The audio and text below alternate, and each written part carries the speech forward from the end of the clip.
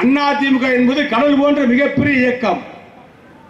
இதிலே தலைவர்கள் அதிகம், தொண்டர்கள் லட்சம் கோடிக்கணக்கு 1.5 கோடி தொண்டர்கள் உள்ள மிகப்பெரிய இயக்கம்.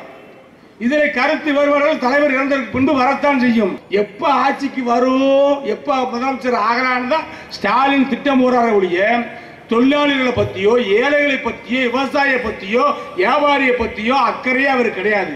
முதலமைச்சர் நாற்காலியில் உட்காரலாமா, இன்னும் கொள்ளை அடிக்கலாமா என்ற திட்டத்தில் தான் கருணாநிதி மகன் ஸ்டாலின் செயல்படுறாரு. இந்த ஆட்சியை கலைப்பதற்கு என்ன டான்ஸ் ஆடினாங்க கருணாநிதி மகன் ஸ்டாலின்? எங்களை எல்லாம் கூட்டாது, என்னை போன்ற ஒரு என்னையே பெஞ்சிமின வீரமணியெல்லாம் கூப்பிட்டு எடப்பாடி சொன்னாரு, அப்பா சாமி நீங்க ஏதாவது பேசுறாங்க, தயவு செய்து கம்முன்றுங்க, அவங்க சண்டைகளுக்கு வராங்க, தரால் பண்ணுவாங்கன்னு. சண்டை இருக்கட்டும், மேலைகள் விழுந்தாங்கன்னா கழுத்து நடிச்சு கொடுத்துட்டாங்க. இப்ப நீ டான்ஸ் ஆடுவ காலை ஒடிச்சு விடுறோம்.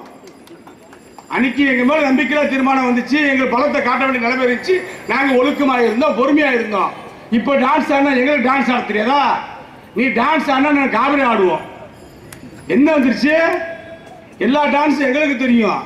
நாங்களும் சினிமா பார்த்து தியேட்டர்ல கோட்டைச்சோர் ஏறி குதிச்சு படம் பார்த்து பெஞ்சி தூக்கி அடிச்சு தியேட்டர்ல திரையை கிழிச்சு எல்லா வேலையை பார்த்துட்டு தாண்டா வந்திருக்கோம். ஸ்டாலின் தூண்டி விட்டு போட்டு நீ வாட்டு உட்காந்துட்டு இருக்க. இனிமே நீ சண்டை இழுத்தினா நேரம் உன் பெஞ்சுக்கு தானே நாங்க வருவோம். ஆட்சியை எப்படியாவது கிடைக்கணும். 2 அணியா போச்சு. 2 அணி எங்கேயா போயிருக்கு? வெளிநாட்டுக்கா போயிடுச்சு? ரெட்டலை போயிருக்கு. எங்களுக்கு பார்த்தேன்னா அடி விழும் போது நாங்க பந்து மாதிரி எழுவோம். எப்போ அதிமுக சோதனை வருதோ, 89 சோதனை வந்துச்சு, தலைவர் இறந்தவொன்னு 87 ரெட்டலை முடக்கினாங்க.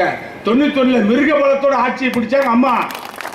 அதுபோல இப்பயும் 4 ஆண்டு காலம் எடப்பாடி பழனிசாமி தலைமையில் நல்ல ஆட்சி தொடரும். பார்த்துக்கிட்டு இருக்காங்க அம்மா, எல்லாத்தையும் பார்க்குறாங்க. என்னடா ரெட்டலையை முடக்கிறியா? முடக்கு. என்னடா கட்சியை உடைக்கிறீங்களா? உடைங்க, பார்த்துக்கிறேன். எல்லாம் அம்மா பார்த்துக்கிட்டு இருக்காங்க. அம்மா ஆன்மா சும்மா இல்லை. அம்மாவுடைய ஆன்மா தெய்வத்துக்கு ஒப்பான தலைவி. பார்த்துக்கிட்டு இருக்காங்க. யார் பக்கம் நியாயம், யார் பக்கம் நேர்மை எல்லாத்தையும் பார்ப்பாங்க.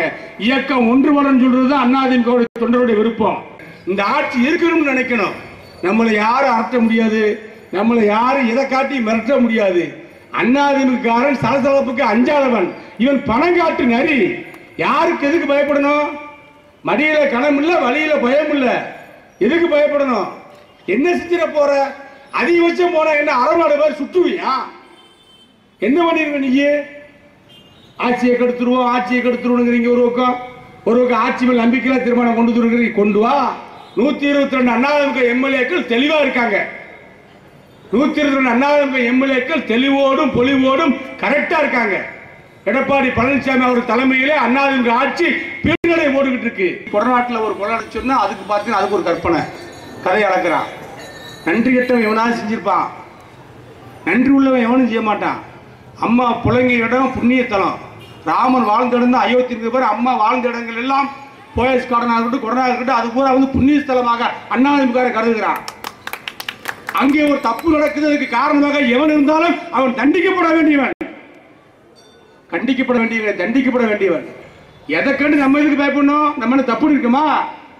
அதிமுக அமைச்சர்கள் தெய்வத்துக்கு பயப்படக்கூடியவர்கள், புரட்சி தலைவர் அம்மாவுடைய ஆன்மாவுக்கு பயப்படக்கூடியவர்கள். அதிமுக சட்டமன்ற உறுப்பினர்கள் அம்மாவுக்கு கட்டுப்பட்டவர்கள். இங்கே தவறுக்கு வேலை கிடையாது, தப்புக்கு வேலை கிடையாது, நியாயத்திற்கு நேர்மைக்கு தான் இங்கே வேலை. ஆக இந்த இயக்கத்தை அழிக்க நினைப்பவங்க கூட அழிஞ்சோ போறான்.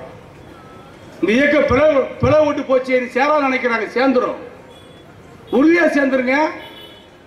எல்லாரும் ஒரு மாசம் 2 மாசம் லேட் ஆகலாம் ஒழிய கடைசி என்ன முடிவு தெரியுமா? ரெட்டலையை முடக்குன்னு அந்த பாவத்துக்கு நம்ம ஆளாயிருவோம்டா, பேசாம ஒண்ணு சேரும்டா. எந்த விதமான கருத்துக்கள் இருந்தாலும் நேரடியாக வாருங்கள், நேரடியாக உட்கார்ந்து பேசுங்கள். எடப்பாடி பழனிசாமி அவர்கள் திறந்த மனதோடு சொல்கிறார், நான் பேச தயார், எப்போது வேண்டுமானாலும் அழையுங்கள், நான் பேச தயார். தலைமை கழகம் உங்களுக்காக காத்திருக்கிறது என்று அறிவிப்பு செய்து விட்டார். இதை விட என்ன வேண்டும்? அந்த பகுதியிலும் அறிவித்து விட்டார்கள். ஊழ இருக்கின்ற ஒரு சில பேர் குழப்புகிறார்கள். தங்களுடைய வாழ்க்கை கட்டு போய் விடுமோ, தங்களுடைய அரசியல் வாழ்வு அஸ்தமித்து விடுமோ என்ற எண்ணத்திலே சில பேர் கெடுக்கின்ற வேலையை, அந்த பணியை செய்கிறார்கள். இது ஒரு மாசத்துக்கு ஓடும். அதுக்கப்புறம் அங்க எல்லா தலைவர்களும் புரிஞ்சுக்கிறாங்க, 2 தலைவரும் புரிஞ்சுக்கிறாங்க, எல்லாம் ஒன்று சேர்ந்துருவாங்க. ஒன்று சேர்ந்து ரெட்டலை கிடைச்சுன்னா என்ன நடக்கு தெரியுமா? அவங்களுக்கு மிருக பல மாதிரி, யானை பல மாதிரி அதுக்கப்புறம் உள்ளாட்சி அரசு வரும்போது அடி தெரியும். திமுக இருக்கிறது தெரியாம சந்து சந்தா ஓட போகுது.